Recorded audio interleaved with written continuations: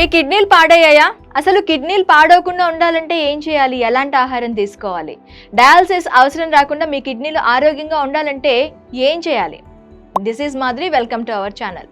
Kidney అనేది మన శరీరంలోని ఒక శుద్ధి కేంద్రం. దానిని నిర్లక్ష్యం చేస్తే చివరకు డయాలసిస్ తప్పకుండా చేసుకోవాల్సి వస్తుంది.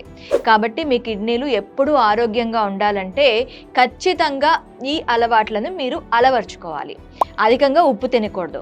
చక్కెర, జంక్ ఫుడ్, ప్రాసెస్ చేసిన ఆహారానికి చాలా దూరంగా ఉండాలి.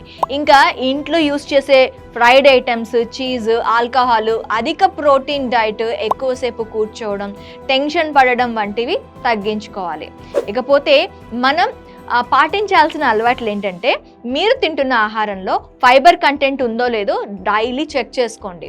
రోజు ఫ్రూట్స్ అలాగే ఫ్రెష్ వెజిటేబుల్స్ని తీసుకోవడం మర్చిపోకుండా ఉండండి. అలాగే వ్యాయామం, మంచి నిద్ర, తగినంత నీరు. ఇక గార్లిక్, ఉల్లిపాయ, పసుపు, black pepper, probiotics, vitamin D3, K2, B group vitamins కూడా చాలా ముఖ్యం. నేటి నుంచి ఈ జాగ్రత్తలు తీసుకోండి, కిడ్నీని ఆరోగ్యంగా కాపాడుకోండి. ముఖ్యంగా డయాలసిస్ చేయించుకుంటున్న వాళ్ళు కూడా ఇవి పాటించారు అంటే డయాలసిస్కి దూరంగా ఉండొచ్చు, జీవితాన్ని ఆనందంగా గడపచ్చు. ఇలాంటి కంటెంట్ కోసం మా ఛానల్ని సబ్స్క్రైబ్ చేయండి. అలాగే ఈ వీడియోని షేర్ చేసి అలాగే సేవ్ చేసుకోవడం మర్చిపోవద్దు.